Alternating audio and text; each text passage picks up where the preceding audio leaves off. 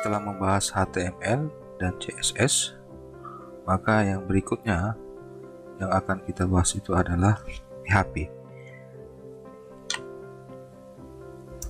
Oke. Yang kita bahas pada pertemuan ke-12 ini, yang pertama itu apa itu PHP, lalu perbedaan PHP dengan HTML, lalu apakah itu Apache, lalu struktur halaman PHP, lalu integrasi HTML dan PHP, yang terakhir menggunakan variabel pada PHP. Apa itu PHP? Pertanyaannya kan setelah HTML, CSS, berikutnya kenapa harus belajar PHP? PHP, MySQL, Apache perlu diketahui ketiga aplikasi yang disebutkan tadi merupakan aplikasi open source.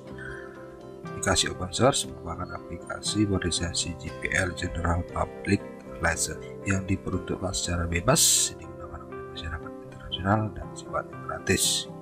Ya, sifatnya gratis. Open source berarti sumbernya terbuka, di mana seorang pengguna maupun pengembang dapat mengkonstruksi atau mengembangkan kode tersebut secara bebas. Jadi dia gratis dan bisa kita kembangkan lagi. Jadi kalau sejarahnya PHP itu diketemukan tahun 1995 oleh seorang software developer bernama Rasmus Ledroff. Ide awal PHP adalah ketika Rasmus ingin mengetahui sejumlah pengunjung yang membawa resume online-nya. Skrip yang dikembangkannya berdapat melakukan dua pekerjaan, yaitu merekam informasi visitor dan menampilkan jumlah pengunjung dari suatu website. Dan sampai sekarang kedua tugas tersebut masih tetap populer digunakan oleh dunia web saat ini. Kemudian dari situ banyak orang mendiskusikan skrip buatan Rasmus Ledroff, hingga akhirnya Rasmus mulai membuat sebuah tools atau skrip bernama personal homepage atau PHP. Jadi apa itu PHP? PHP itu singkatan dari personal homepage. Lalu apa perbedaan PHP dengan HTML? Nah, ini selalu pertanyaannya sering ditanyakan. Jadi HTML merupakan bahasa statis yang apabila kita ingin merubah kontennya atau isinya, maka harus dilakukan pertama kali, yaitu membuka filenya terlebih dahulu, kemudian menambahkan isi ke dalam file tersebut. Beda halnya dengan PHP. CMS konten CMS seperti WordPress atau Joomla yang dibangun dengan PHP, tentunya ketika akan menambahkan konten ke dalam website, Anda tinggal masuk ke dalam halaman admin, kemudian pilih new artikel untuk membuat halaman atau konten baru. Artinya hal ini seorang user tidak berhubungan langsung dengan skripnya, sehingga seorang pemula sekalipun dapat menggunakan aplikasi seperti itu. Oke, itu dia perbedaannya. Lalu apa keunggulan dari PHP? Yang pertama, dia gratis, aplikasinya open source, aplikasinya freeware, bisa di-download dan gratis. Lalu kelas platform, artinya dapat digunakan di berbagai sistem operasi, Linux, Windows, MacOS, dan OS yang lainnya. Yang ketiga, mendukung banyak database. Yang web developer web menggunakan PHP adalah bebas. Banyak database yang bisa baru on the fly. PHP sudah mendukung on the fly. Artinya dengan PHP Anda dapat membuat dokumen teks, Word, Excel, PDF. Itu dia keunggulannya. Berikutnya ada MySQL. Apa itu MySQL? MySQL adalah database. Database sendiri merupakan suatu jalan untuk dapat menyimpan berbagai informasi dengan membaginya berdasarkan kategori-kategori tertentu, di mana informasi-informasi tersebut saling berkaitan satu dengan lainnya. MySQL bersifat RDBMS (Relational Database Management System). RDMS memungkinkan seorang admin dapat menyimpan banyak informasi ke dalam tabel-tabel, di mana tabel-tabel tersebut saling berkaitan satu sama lain. Keuntungan RDMS sendiri adalah kita dapat memecah database ke dalam tabel-tabel yang berbeda. Setiap tabel memiliki informasi yang berkaitan dengan tabel yang lainnya. Lalu pertanyaannya, mengapa menggunakan MySQL? Pertama, dia gratis. yang kedua cross platform, yang ketiga lengkap dan cepat. Berikutnya, apa itu Apache? Merupakan web server, artinya tempat PHP engine atau prosesor berada, tempat meletakkan file-file PHP dan database. Ketika user melakukan request HTTP membuka suatu halaman, disinilah Apache bekerja, menjawab request tersebut dengan menampilkan halaman yang diminta. Lalu yang kedua, Apache sama seperti PHP dan MySQL, yaitu dia gratis. Lalu cross platform, perbedaan fungsi antara PHP, MySQL, dan Apache adalah PHP merupakan bahasanya, MySQL database-nya, dan Apache web server yang dapat mengeksekusi skrip PHP dan menampilkannya kepada user. Artinya MySQL PHP bahasanya, MySQL database-nya, dan Apache web server.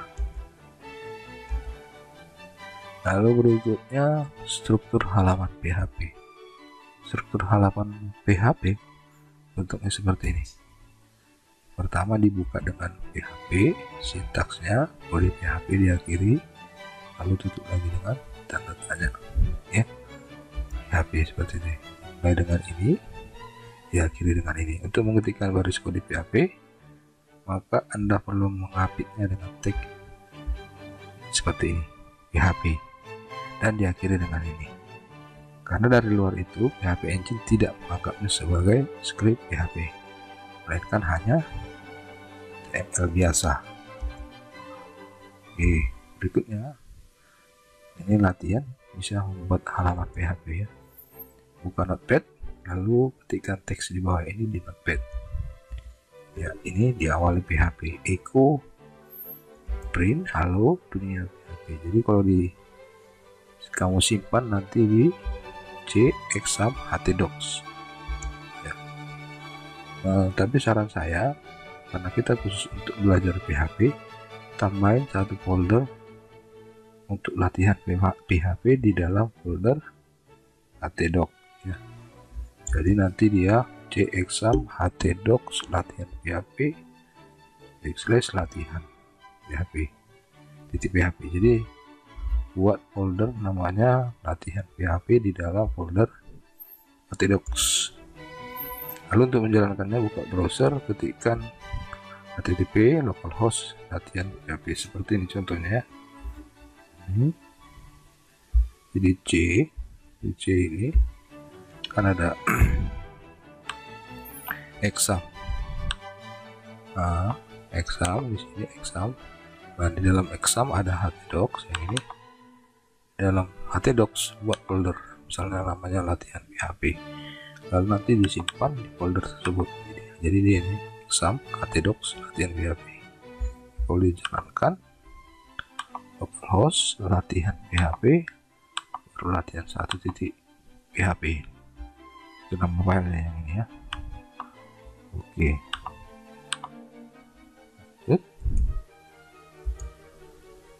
Lalu integrasi HTML dan PHP.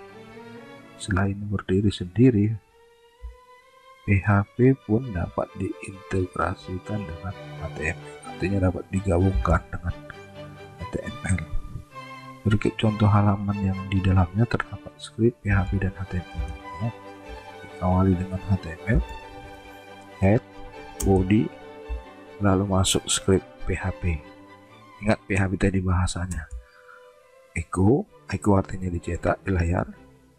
Ini script PHP di dalamnya tag HTML. Lalu tutup script PHP-nya, lalu tutup bodinya, lalu tutup HTML-nya. Nah, nanti simpan dia namanya latihan 1.php. Jadi kalau dijalankan nanti dia seperti ini.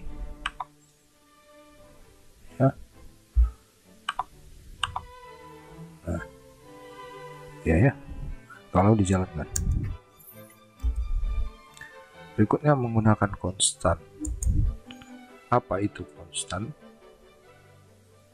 Konstan diartikan sebagai suatu nilai yang tidak bisa dimodifikasi lagi, artinya dia bersifat mutlak, tidak dapat dirubah. Biasanya digunakan untuk bilangan yang tetap. Misalnya untuk lingkaran jari-jari pi ya 3,14. Tuh. Jadi kalau cara menampilkannya dia di script PHP-nya seperti ini. Divide B, echo B. Oke, lanjut. Menggunakan variabel.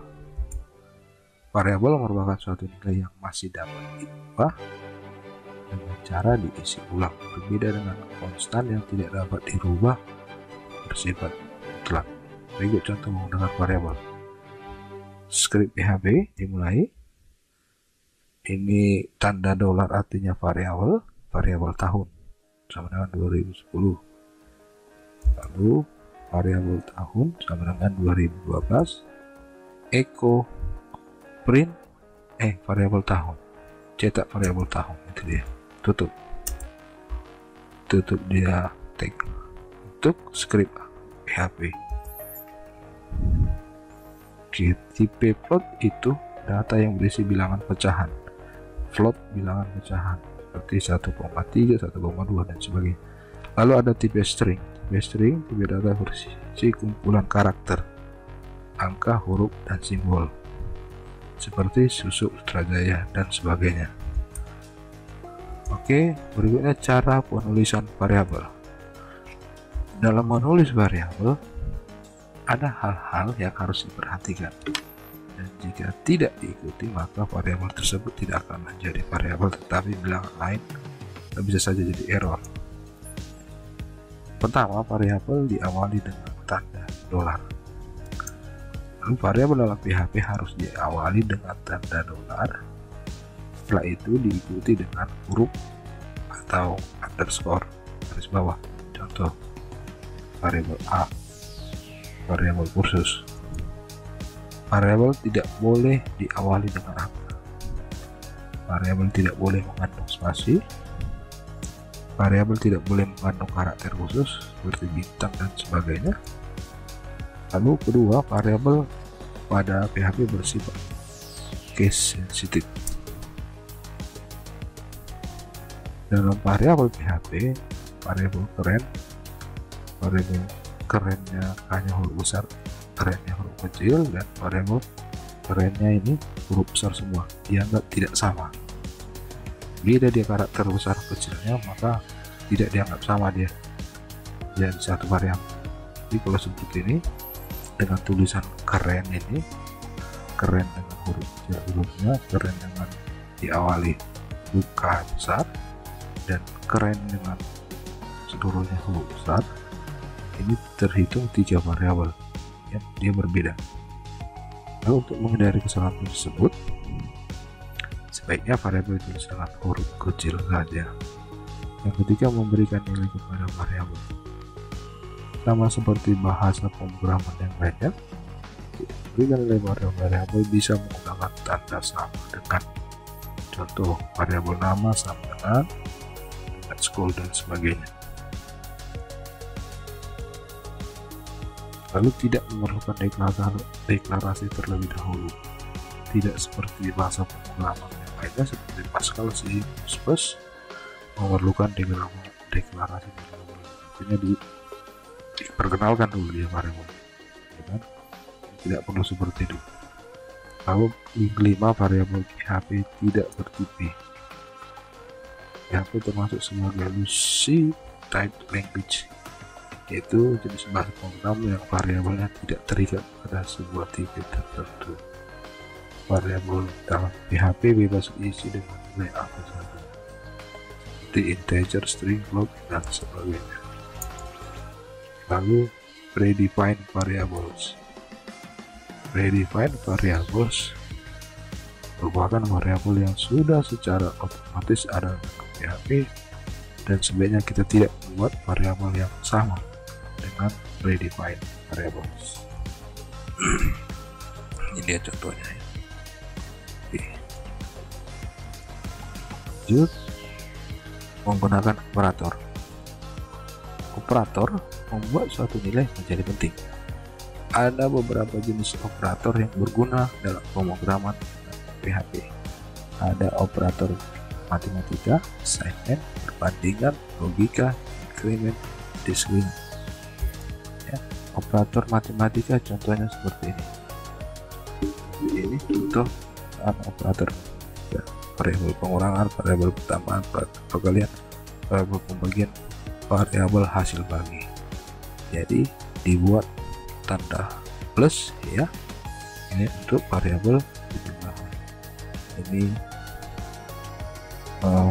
perkalian, ini operatornya, operator penjumlahan, operator pertambahan, operator kali, operator pembagian, operator hasil bagi ya, yang ini plus kali bagi hasil bagi, itu yang di operator.